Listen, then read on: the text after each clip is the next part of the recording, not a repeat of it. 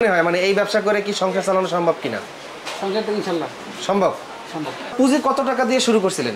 আমি সর্বপ্রথম যখন আতরের ব্যবসা শুরু করি তখন 2000 টাকা দিয়ে ব্যবসা শুরু করছি। ওইখানে বৈশাই মানে প্রথম মানে অল্প অল্প করে কিছু, তারপরে আমার এখন আমার দোকানে প্রায় 40 থেকে 50,000 টাকার মাল হবে দৈনিক। 2-3 টাকা বেচা কিনা হয়। জি। আর এই ব্যবসা তো অর্ধেক লাভ হয়।